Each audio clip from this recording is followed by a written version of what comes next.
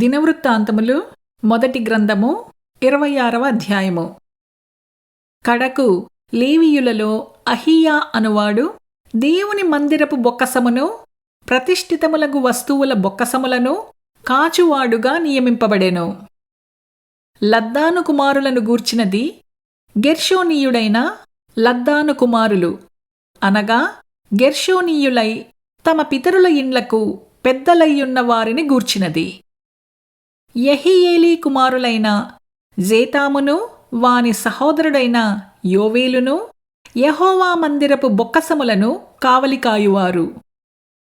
అమ్రామీయులు, ఇస్హారీయులు, హెబ్రోనీయులు, ఉజ్జీయేలీయులు అనువారిని గూర్చినది. మోషే కుమారుడైన గెర్షోమునకు పుట్టిన షెబూయేలు బొక్కసము మీద ప్రధానిగా నియమింపబడెను. ఎలీయెజరు సంతతివారగు షెబూయేలు సహోదరులు ఎవరనగా వాని కుమారుడైన రెహబ్యా, రెహబ్యా కుమారుడైన యెషయా, యెషయా కుమారుడైన యెహోరాము, యెహోరాము కుమారుడైన జిక్రీ, జిక్రీ కుమారుడైన షెలోమీతు. యెహోవా మందిరము ఘనముగా కట్టించుటకై రాజైన దావీదును పితరుల ఇంటి పెద్దలను సహస్రాధిపతులను శతాధిపతులను సైన్యాధిపతులను యుద్ధములలో పట్టుకొని ప్రతిష్ఠించిన కొల్ల సొమ్ము ఉన్న బొక్కసములకు షెలోమీతును వాని సహోదరులను కావలికాయువారైరి. దీర్ఘదర్శి సమూయేలును, కీషు కుమారుడైన సౌలును, నేరు కుమారుడైన అబ్నేరును, సెరూయా కుమారుడైన యోవాబును ప్రతిష్ఠించిన సొమ్మంతయు షెలోమీతు చేతి క్రిందను వాని సహోదరుల చేతి క్రిందను ఉంచబడెను. ఇస్హారీయులను గూర్చినది వారిలో కెనన్యాయును వాని కుమారులను బయట పని జరిగించుటకై ఇశ్రాయేలీయులకు లేఖకులుగాను న్యాయాధిపతులుగాను నియమింపబడిరి.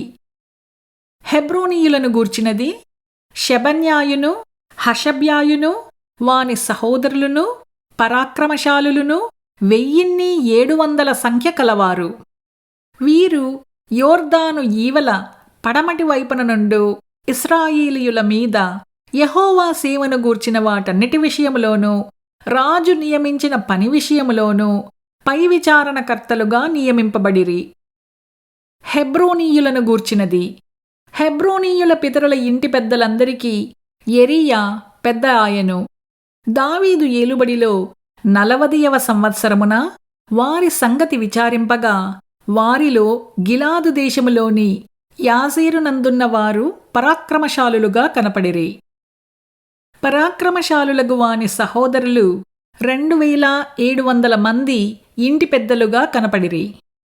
దావీదు రాజు దేవుని సంబంధమైన కార్యముల విషయములోనూ రాజకార్యముల విషయములోనూ రూబేనీయుల మీదను గాదీయుల మీదను మనష్షే అర్థగోత్రపు వారి మీదను వారిని నియమించెను.